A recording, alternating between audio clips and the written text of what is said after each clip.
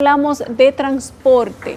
He invitado para el día de hoy al señor Luis Rosado, presidente de CONATRA, el grupo que conglomera todas las empresas de transporte, a propósito de que al señor Antonio Marte y a CONATRA los acusan de haber tomado el corredor de la Núñez de Cáceres sin licitación, en un contrato de grado a grado y en una cantidad de cosas más, y de que además los acusan de querer tomar el corredor de Santiago y otros que están disponibles en el país. Hoy hablamos de transportes públicos, de pasajes y de posibilidad de que esos pasajes de ese corredor de la Núñez de Cáceres sea elevado.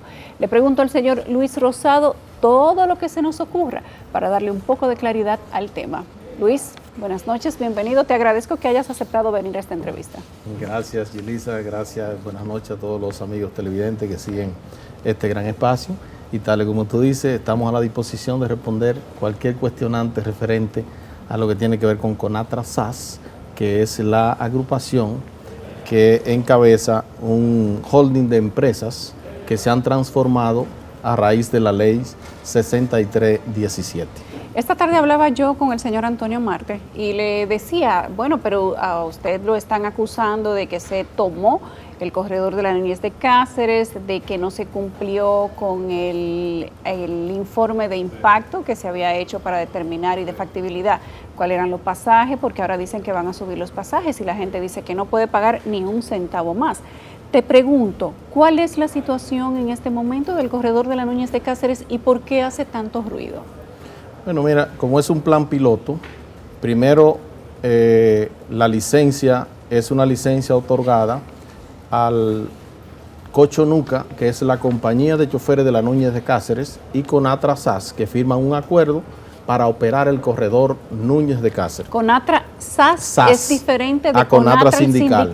Claro, la CONATRA SAS, yo soy en que la encabezo. Esas empresas que agrupa varias empresas, de lo cual Cochonuca es socio de CONATRA SAS. Y CONATRA sindical es lo que dirige Antonio Marte. Don Antonio Marte, correcto. Entonces, pero son hermanitas.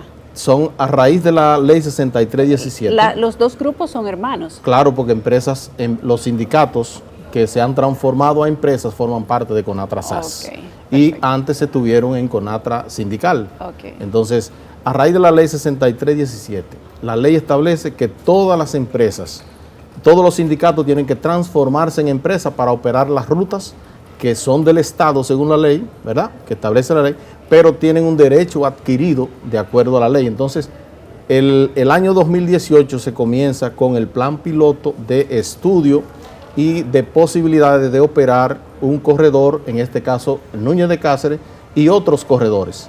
Pero el que estuvo primero en la formación de compañía, en la formación de estudio de factibilidad, fue el corredor Núñez de Cáceres. Y se otorgó una licencia que es la número 1 del 2019. Se otorga la licencia para operar. El corredor estaba listo para operarlo en el 2019. Luego vino el 2019, no se pudo operar, y en el 2020 entonces es que ya inician la compra de las guaguas, y en el 2021, a principios del 2021, el 25 de enero, es que inicia las operaciones formales. ¿Cómo consigue CONATRA el corredor de la Núñez de Cáceres?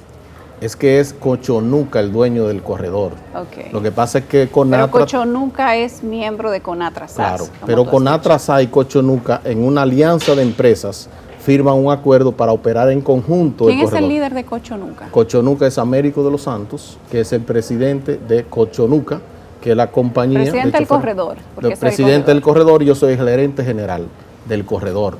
Pero en un consejo de administración lo administramos entre Cochonuca y CONATRA SAS, que es lo que hace funcionar el corredor. Y nosotros como CONATRA SAS tenemos la responsabilidad de darle seguimiento administrativo y hacer todo lo que se ha hecho con la funcionabilidad y para poner en operaciones, ya sea la diligencia de reclutamiento de personal, que fueron muchos de los choferes y muchos de los accionistas que están trabajando en el corredor. ¿Cómo se obtuvo la licencia, el permiso, la autorización, la adjudicación, el contrato, como tú le quieras decir, del corredor de la Núñez de Cáceres? El Cochonuca opera el corredor y el Intran le reconoce... ¿Quién se lo adjudica? Se lo adjudica el Intran. ¿Bajo qué procedimiento? Bajo el procedimiento de la ley 6317 y de esta resolución que tenemos aquí, la 00119, que dice que de acuerdo al artículo 346 de la ley 6317 y el artículo 344, Cochonuca tiene el derecho de operar ese corredor. Pero había dicho el Intrant que ese corredor se iba a licitar y que estaba abriendo una licitación. Eso fue en 2019. Sí, pero que Cochonuca se licitan todos los corredores y se van a licitar. Pero el primer operador que se le investiga y se le otorga los requerimientos para operar el corredor es al dueño de la ruta. ¿Cómo el dueño de la ruta, si los corredores, si las rutas son del Estado? Son del Estado, pero hay un derecho adquirido en la ley que lo que tengan los turnos y la ruta en operación vigente, entonces esos son los que tienen el derecho legítimo de operar los corredores. Y va a pasar con todos los otros corredores. Porque entonces los corredores van a seguir estando en manos de los mismos sindicalistas de toda la vida. No son sindicalistas, son empresarios del transporte. Entonces esas empresas, de acuerdo a los parámetros que establece... Pero son los mismos de siempre, Luis. Bueno, son los mismos nombres. Si empresarios distintos quieren licitar para ver si pueden modernizar los corredores del transporte, vehículo nuevo, transporte nuevo, guagua nueva, choferes nuevos, condiciones distintas. No pueden entonces licitar porque de acuerdo a lo que tú me estás diciendo, ya todos estos que comenzaron siendo sindicalistas y ahora son empresarios del transporte tienen cooptado todos esos corredores. Es que la nueva modalidad de movilidad del transporte tiene que hacerse con los actores del transporte. Con los que ya están. Con los que ya están. ¿Qué dice la ley? Eso es monopolio. No, ¿qué dice la ley? Que usted debe convertirse de sindicato a empresas. Si esas empresas que están actualmente, los sindicatos que están actualmente operando las rutas en los carros, en las guaguitas, en los autobuses, cumplen con los requisitos que el Intran da en la licencia, entonces tienen ese derecho de operar el corredor. Porque en la ley lo establece, el derecho adquirido. O sea, que el Intran no licitó el corredor de la Núñez de Cáceres, sino que se lo adjudica a quienes transitaban o operaban el tránsito en ese momento, que luego se convierten en Cochonuca. ¿Fue Cochonuca, así? Correcto. O sea que entonces, la licitación la nunca licencia se hizo. Establece de acuerdo a la ley. Okay. De acuerdo a la ley. Entonces, esa licencia dice qué tipo de vehículo, qué frecuencia tienen, qué condiciones tienen que tener los choferes, qué tipo de seguro tienen que tener los vehículos, incluso las especificaciones de las guaguas que se compraron. Hay 26 autobuses que son normales y 4 autobuses que tienen plataforma para discapacitados. Esos son requerimientos de la licencia operativa. ¿Cuánto costaron esos autobuses? Hay unos que los normales costaron $118,000 y los con plataforma de discapacitados $122,000. ¿En cuánto tiempo se recupera esa inversión? Además de sacarle el beneficio de mantener el corredor.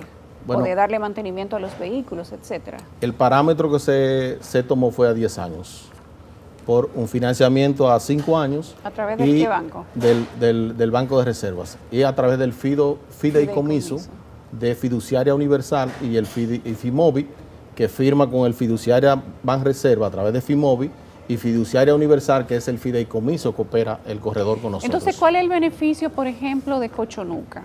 Si van a recuperar la inversión a 10 años, si el precio del transporte, que en este momento está en cuánto, ¿en 30 o 35? 35 pesos, que era lo mismo que cobraban los carros. Si dicen que el precio que tienen ahora, como dijeron algunos choferes ahí, que ese precio no era suficiente, entonces, ¿cuál es el beneficio de incursionar en un negocio como ese? Cuando la inversión la recupera a 10 años y con lo que te da, pagan los pasajeros, tú no tienes un gran beneficio en el presente. No, lo que pasa es que no se toma en cuenta, el pasaje es un elemento del parámetro para el financiamiento y la operación del corredor. Lo que existe es una proyección de 12.129 pasajeros diarios, que es lo que arroja el estudio de factibilidad, y lo que estamos montando promedio son 6, 7 y en las horas normales y los días más movido, 6, 7, ¿qué? 7.000 pasajeros diarios. Diarios. Y hay una diferencia de 5 a 6.000 pasajeros por día. Tú me dijiste que el estudio de factibilidad daba 12.129 pasajeros. ¿En cuánto tiempo? ¿En 5 años? En 10 años. En 10 el años. Préstamo ¿Y el contrato se hizo a 5 años? A 5 años la licencia renovable. Entonces, el periodo del financiamiento es a 5 años. con todo los financiamientos de los vehículos, ¿qué los piensan impuestos hacer? y todo. ¿Renovarlo en 5 años? Porque no lo van a recuperar el beneficio si dijeron que lo recuperarían si a el 10. estudio de factibilidad se cumpliera con las proyecciones que hubo de 12.129, a los 5 años ya el corredor comienza a dejar los beneficios a la recuperación, porque hay 5 años de pago y 5 años de recuperación. Pero evidentemente eso no sucederá según lo que se planeó, porque tan solo desde el 2020 para acá tenemos 1 año y pico de COVID y la cantidad de personas que ahora usa el transporte probablemente sea menor. Y tal como tú lo has dicho, el estudio de factibilidad hablaba de 7.000 diarios. De 12.000 y solamente están abordando 7.000. Sí, bueno, ¿Qué va a pasar con esa diferencia? Nosotros lo que le hemos pedido al Intran, al Intran es que nos acojamos al contrato que establece cómo se tomarán las medidas respecto a lo que se tomó en cuenta del estudio de factibilidad para operar el corredor. ¿Qué nosotros estamos diciendo? Bueno, nadie estaba esperando el COVID, las universidades estaban cerradas, nosotros lo reconocemos, los colegios están cerrados, que cuando se hizo el estudio realmente se tomó en cuenta todas esas proyecciones de gente moviéndose y que ahora en la pandemia estamos en esa parte. Y la propia ley y la propia licencia dicen cómo llegar a hacerlo sostenible el corredor.